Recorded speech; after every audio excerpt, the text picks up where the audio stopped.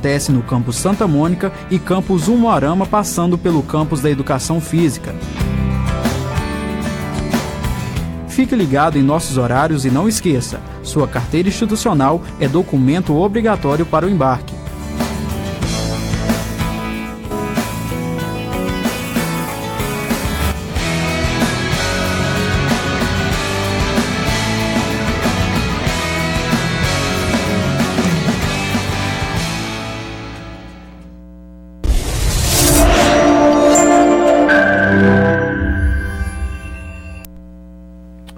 Olá, boa noite.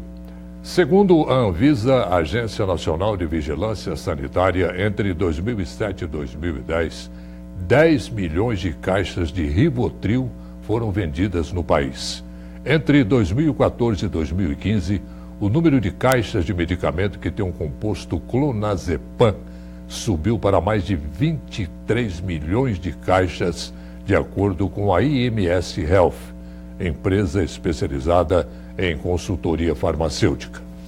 Ainda segundo a IMS, em 2009, a venda do Rivotril superava a de outros remédios corriqueiros, como pomada para assaduras.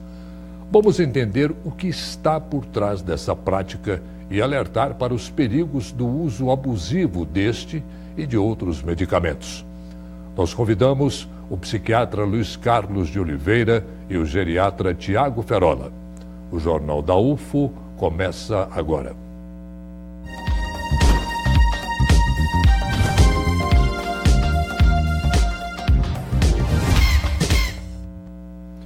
Em 2015, o consumo de Rivotril, remédio tarja preta utilizado no tratamento da ansiedade, era de mais de 23 milhões de caixas por ano no Brasil, segundo a IMS Health, que é uma empresa especializada em consultoria farmacêutica. Será que as pessoas estão utilizando medicamentos de forma responsável? Veja na reportagem o alerta sobre isso.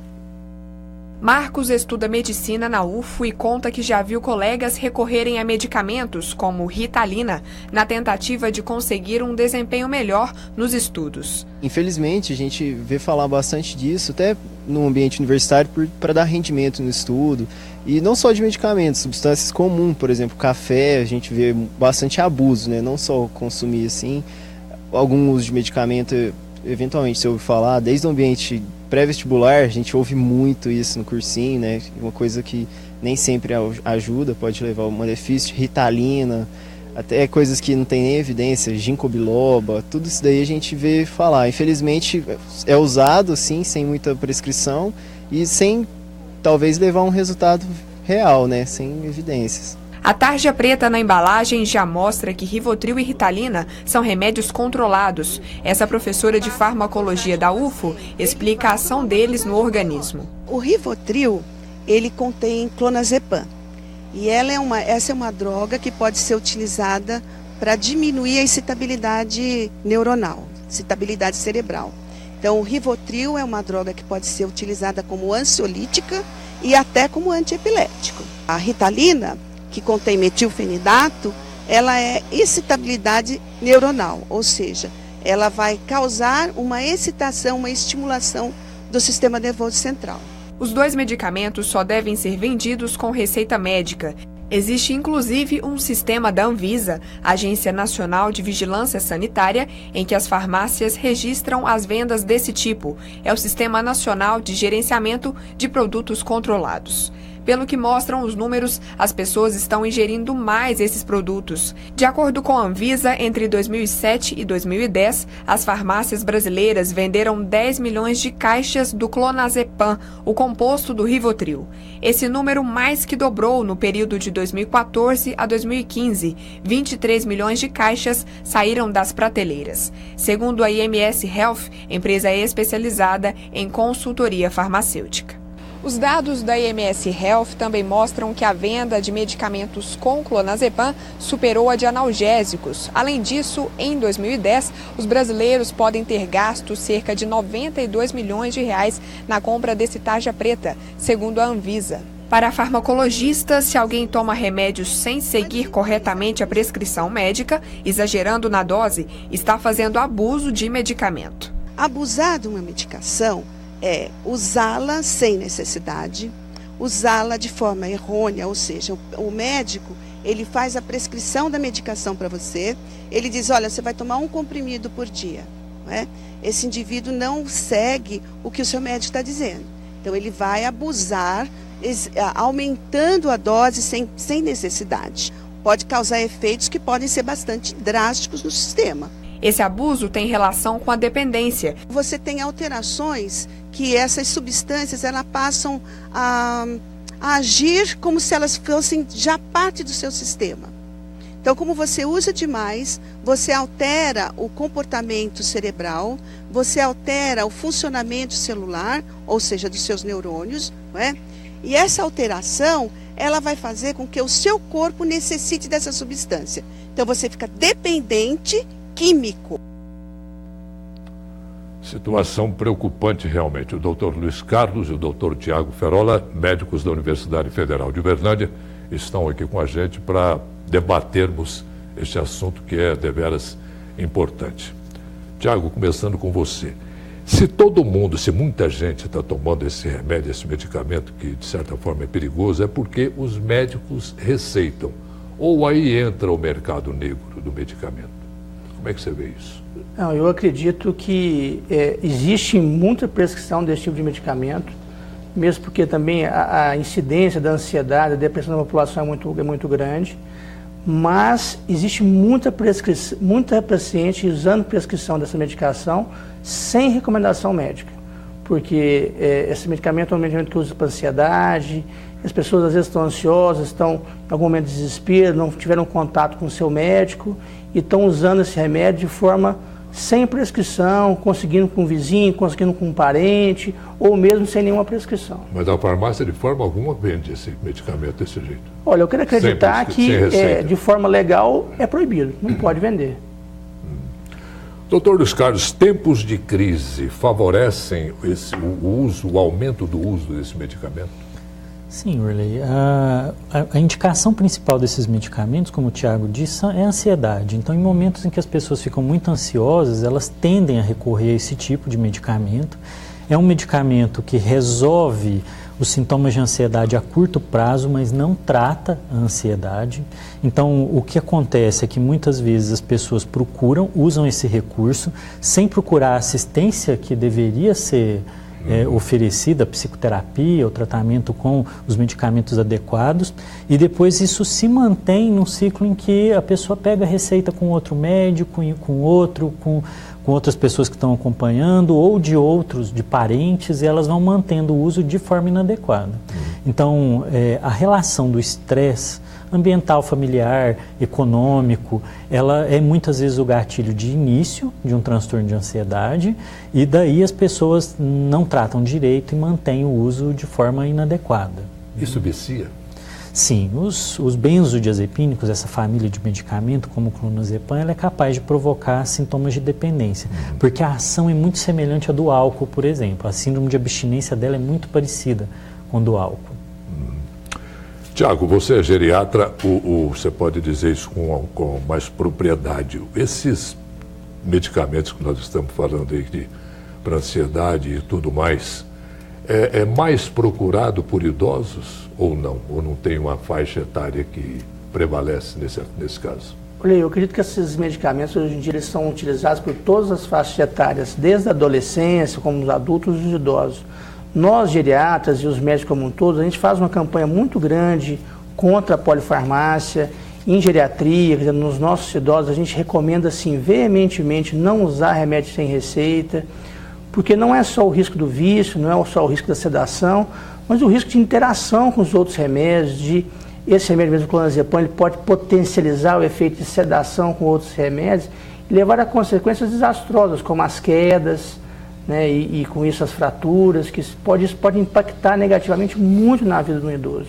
Então, assim, nós temos uma campanha muito forte contra a polifarmácia, contra o uso de medicação sem prescrição, principalmente medicações que afetam o sistema nervoso central, como o clonazepam e toda a classe dos benzodiazepínicos. Entram nessa categoria também que causam, de certa forma, dependência, doutor Luiz Carlos, os inibidores de apetites, aqueles remédios para emagrecer e tudo mais, né? Sim, esses medicamentos eles estiveram com venda suspensa por um tempo no Brasil, agora retornaram. Eles têm uma utilidade quando bem indicados, mas eles podem provocar dependência. Todo medicamento de funcionamento semelhante desses, né, as anfetaminas, os benzodiazepínicos, eles podem provocar dependência. Né? Não são todos os medicamentos usados na psiquiatria, os antidepressivos não causam dependência, né? Mas o benzodiazepínico e as anfetaminas, sim, podem provocar. Isso, de certa forma, também diz muito respeito à saúde mental do paciente, né? Sim, os transtornos de ansiedade, eles são os transtornos mentais mais comuns em toda a população, em jovens, em idosos, até em crianças. E a tentativa de solucionar esses sintomas que são extremamente desconfortáveis, né, as pessoas acabam recorrendo a esses medicamentos e podem entrar nesse ciclo de dependência. Assim.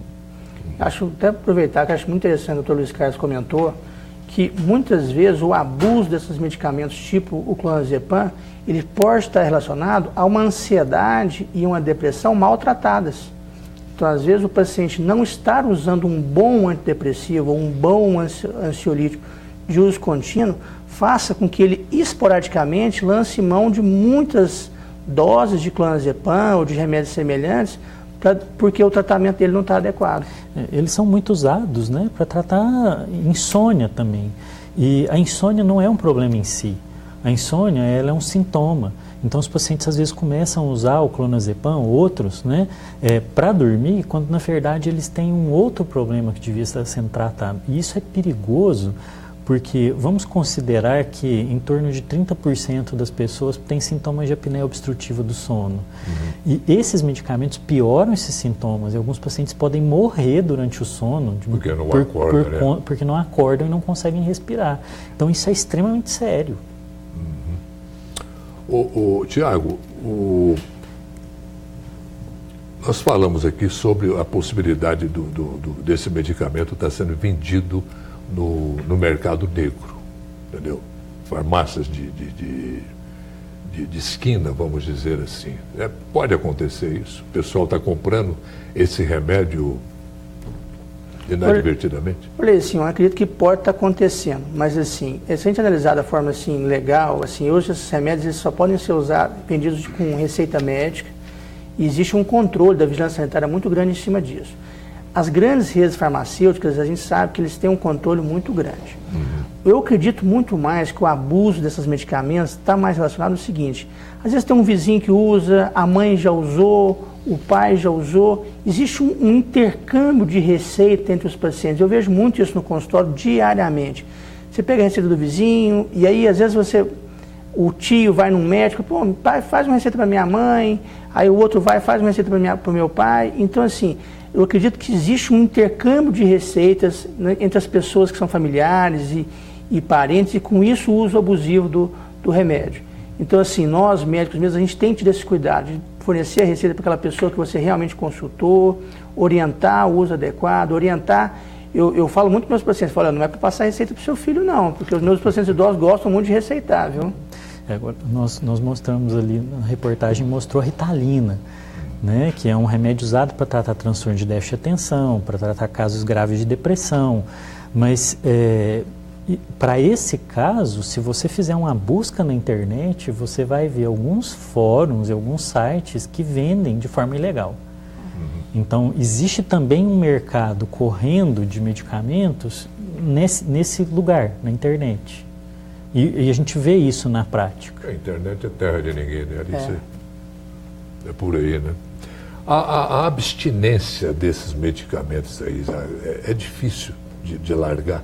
Alguns casos são extremamente complicados de tratar, sim, dependendo da dose que o paciente usa, de características pessoais dele e do medicamento que ele está usando, e há quanto tempo. Então, às vezes, nós temos uma dificuldade muito grande de manejar a abstinência dessas medicações. Bom, a gente volta já com esse debate nosso. Hora da previsão do tempo. Vamos ver como fica a temperatura amanhã.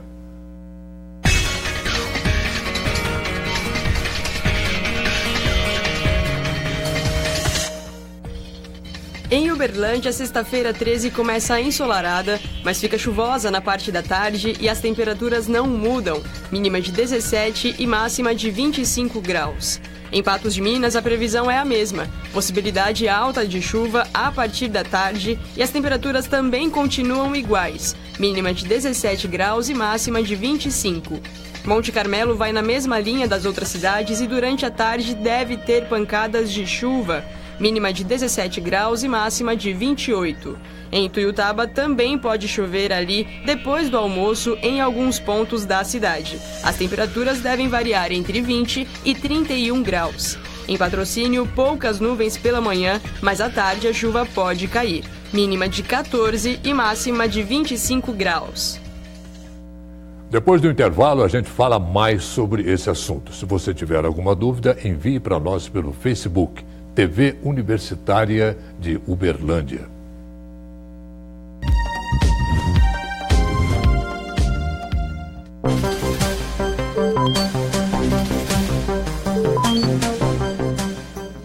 Os sistemas de bibliotecas da UFO é composto por 8 bibliotecas nos campi de Uberlândia, Ituiutaba, Monte Carmelo e Patos de Minas. Além de livros impressos e eletrônicos, o acervo é constituído por outros tipos de materiais, como, por exemplo, partituras, DVDs. As bibliotecas da UFO também oferecem uma série de serviços que são fundamentais para as pesquisas de todas as áreas do conhecimento. Os usuários podem contar com profissionais preparados para orientá-los a localizar o que precisam. Consulte o acervo e os serviços oferecidos no site www.bibliotecas.ufo.br. Lá também estão relacionados os endereços e horários de funcionamento de todas as bibliotecas.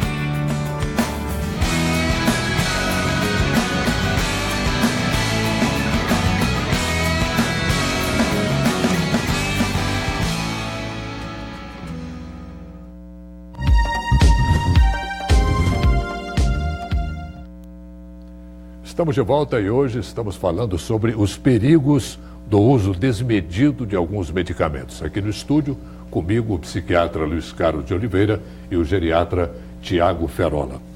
No intervalo a gente comentava aqui, Tiago e Luiz Carlos, que não são só os medicamentos de tarja preta, né? Tem um punhado de remédio aí que está sendo usado à vontade. Sim, medicamento, não existe nenhum medicamento que não tenha efeito colateral. Isso é importante ficar entendido. Então, até aqueles medicamentos que estão na farmácia, naquela estante, venda sem prescrição médica, eles são muito perigosos se usados de forma inadequada. Um exemplo são dos analgésicos e anti-inflamatórios. Analgésicos e anti-inflamatórios usados por tempo inadequado, dose inadequada, podem levar à perda de função renal, a hemorragias gastrointestinais sérias. Então, não existe medicamento que não tenha algum efeito colateral. Isso é importante as pessoas saberem, não são só os de faixa preta. O anti-inflamatório é um caso especial, né, Tiago? O anti-inflamatório é um caso especial porque a dor é um dos grandes sintomas do ser humano e a dor é um sintoma que a tolerância de cada um é muito diferente. Então, assim, as pessoas buscam a solução da dor a qualquer custo. O anti-inflamatório ele tem uma potência muito grande, ele resolve a dor, mas ele classicamente pode causar uma doença renal aguda, pode levar a pessoa até um quadro de perda de função renal com hemodiálise e pode causar alterações inflamatórias intestinais, abdominais e gástricas, causando inclusive hemorragia digestiva, e isso é uma doença que pode ser fatal. Mas há que ter uma prescrição, né, para esse tipo de medicamento, uma prescrição séria, né? As pessoas não deviam usar a medicação sem o diagnóstico correto. Né? Porque não é a questão só do diagnóstico daquele problema, mas também das comorbidades que a pessoa tem. Ela pode ter uma outra doença que contraindica seriamente, de forma absoluta, o uso daquele remédio que ela está tentando usar. Como a gente citou, a questão da apneia obstrutiva do sono, com os benzodiazepínicos. É perigoso, a pessoa aumenta a dose para dormir e ela pode morrer. Isso pode acontecer com qualquer medicação. Barbaridade. Bom, a gente tem 3 perguntas sobre o tema. Roda aí a primeira. Olha, minha pergunta é o seguinte: se tomar minozolida para dor faz bem para a saúde? Se é normal ou não? Tiago. Olha, a nimesulida é um anti-inflamatório que tem uma potência boa, ela resolve a questão da dor, mas não faz bem para a saúde. A nimesulida ela é indicada para quadros inflamatórios, para uso a curto prazo e com prescrição médica. Então, assim, a rigor, não faz bem à saúde. Bom, nós temos mais uma pergunta, por favor. O que eu quero saber é o seguinte, por exemplo, o remédio eu ponho no plástico e o lixeiro leva, tá entendendo? Eu quero tirar essa dúvida, isso aí. Se tá certo, se não tá, o jeito que o senhor tá fazendo. Certo, se não tá. O mais adequado é que você tente dissolver a medicação para jogar fora, para evitar o uso por outras pessoas, até de forma acidental. Os comprimidos eles podem ser interpretados por uma criança, por exemplo, como um doce. Né? Então, o ideal é que você inutilize de forma que ele não possa ser usado por ninguém. Sério isso, hein, Tiago? Isso é muito sério. E não é só isso, o descarte errado dos medicamentos, isso aí pode ter manuseio por crianças, pode ter pessoas às vezes que podem estar misturado com misturar com algum outro alimento. Isso tem que ser muito bem descartado. E aquela coisa também de sobrar alguns comprimidos aqui na minha caixa, você pode levar para você. Tem muito disso também, né? Sim, e aí a gente vai enfrentar a questão de que uma pessoa vai prescrever para outra e nem sempre o mesmo sintoma está ligado à mesma doença. Então não dê medicamentos que sobraram para as outras pessoas. A gente tem... É uma boa prática médica você tentar limitar o número de comprimidos que você prescreve ao mínimo possível para não ter sobra, né? E a pessoa eliminar o mais rápido possível o que tiver sobra em casa. A forma de armazenamento é muito importante, porque às vezes as pessoas tiram dos blisters e colocam todos nas suas caixinhas. Tem algum tipo de medicamento que eles são sensíveis à luz, perdem o efeito, isso é muito importante. Bom, tem uma entrevistada que quer tirar uma dúvida para a mãe dela. Vamos ver. Ela toma bastante remédio, né? Vários tipos de remédio. E então agora ultimamente ela está sentindo uns enjoo, né? Vomitando muito. E se tem problema, né? Porque cada um tem uma composição diferente. E ela está com 76 anos. Resume bem a questão nossa que estamos discutindo aqui, né, Luiz Carlos? Sim, as pessoas elas não compreendem às vezes que os medicamentos eles vão interagir com enzimas que nós temos no corpo, que são responsáveis pelo metabolismo de todas as drogas, e um medicamento ele interage com o outro, mudando o nível desse remédio para cima ou para baixo, fazendo com que você possa ter mais efeito colateral ou até menos eficácia da medicação. Dependendo do remédio afetado, isso é perigoso. O exemplo clássico é dos medicamentos para raliar o sangue, que dependendo do que você usa junto com ele, você pode ter uma hemorragia ou pode deixar de ter a eficácia. Né? Isso é extremamente sério, a interação entre todos. Tem os tais remédios para pressão também, que é uma coisa séria, né? Todo medicamento tem que ter cuidado com ele, né? Todo medicamento é uma mensagem química dentro do seu corpo que altera o funcionamento e pode levar à morte.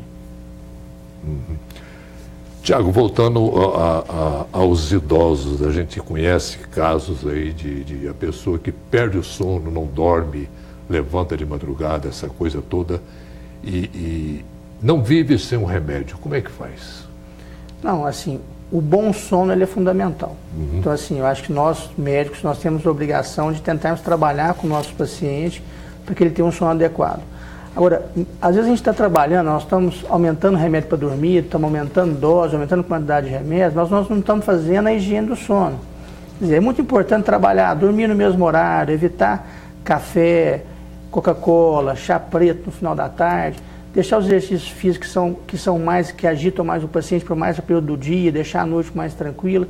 Então, assim, a gente tem que trabalhar todo esse sono. E tem muitas outras causas que também atrapalham o sono. Então, às vezes a pessoa está com dor, é por isso que não dorme. Às vezes a pessoa está usando um remédio que tira o sono à noite. Por exemplo, os antidepressivos são interessantes sobre isso. Tem antidepressivo que você usa à noite, tem antidepressivo que você usa de dia. Então, o horário correto da tomada dos remédios é muito adequado. Então, Dormir é fundamental e não há nenhum problema você medicar o paciente para que ele durma adequadamente. Mas temos que saber se o problema é realmente medicá-lo ou se a gente não precisa ajustar a forma de tomar os remédios, ajustar os remédios de uso contínuo e ajustar os hábitos de vida. E há terapias, né, o doutor Luiz Carlos, que substituem com grande facilidade os remédios, né? Os medicamentos. Existe, hoje nós fazemos uma combinação de psicoterapia e outras terapias e as medicações, e isso tem indicação bem precisa. Para insônia, por exemplo, quando não existe o diagnóstico de um transtorno de ansiedade que eu não estou tratando, quando não tem uma depressão que está sem tratar e o paciente mantém uma dificuldade para dormir, existem terapias cognitivas para insônia, existem terapias baseadas em meditação, que são muito interessantes para ajudar a indução do sono. Então, isso tudo tem que ser bem indicado e de acordo com o diagnóstico de cada pessoa. Como é que você vê isso, Tiago? Eu vejo isso muito positivamente. Eu acredito que as terapias elas fazem uma diferença muito grande para as pessoas. Trabalhar essa ansiedade adequadamente é muito importante. Mas eu acredito assim, muito, né, quando eu lido com um idoso, na questão do ambiente. Ter um ambiente de sono adequado, com a luz adequada, com o ruído adequado. Porque às vezes a gente vê, muitas vezes, eu tenho muitos pacientes que assim, não, eu vou para a televisão e fico na televisão assistindo até me dar sono. Não é recomendação. Então, eu acho que nós precisamos trabalhar nossos hábitos de vida, não só em relação ao sono, em relação à medicação, mas sim, muitas das doenças que afetam hoje o ser humano, elas acontecem porque nós não estamos trabalhando nossos hábitos de vida adequadamente. É o nosso estilo de vida que nos adoece. O exercício, doutor Luiz Carlos, a academia, por exemplo, o idoso fazer medicação para ele cansar o corpo, para chegar à noite ele está cansado, ele dorme aquele sono reparador, isso funciona ou não? Olha, a atividade física ela é recomendada para todas as faixas etárias. No idoso, né, existe uma indicação precisa que é a questão de evitar a sarcopenia, a perda de massa muscular, que está relacionada com depressão, com perda de memória. Então, o idoso ele tem que ter esse cuidado também. Mas atividade física para todas as idades. Sedentarismo é tão prejudicial para a saúde quanto fumar. E substitui qualquer remédio, né? O exercício físico. Ajuda muito. Não que vá substituir as medicações nas indicações precisas, mas melhora a qualidade de vida consideravelmente. Muito bom. Doutor Tiago, doutor Luiz Carlos, foi um prazer muito grande tê-los conosco aqui hoje. É uma pena que o nosso tempo já está esgotado. A gente tem assunto aqui para mais meia hora de programa. Mas, infelizmente, muito obrigado pela presença de vocês. Boa noite. Muito obrigado. Amanhã a gente fala sobre o Dia Internacional do Desarmamento Infantil, que é comemorado no próximo domingo. E se você quiser tirar qualquer dúvida sobre o assunto, mande mensagens para a gente pelo Facebook da TV Universitária e participe. Boa noite e até lá.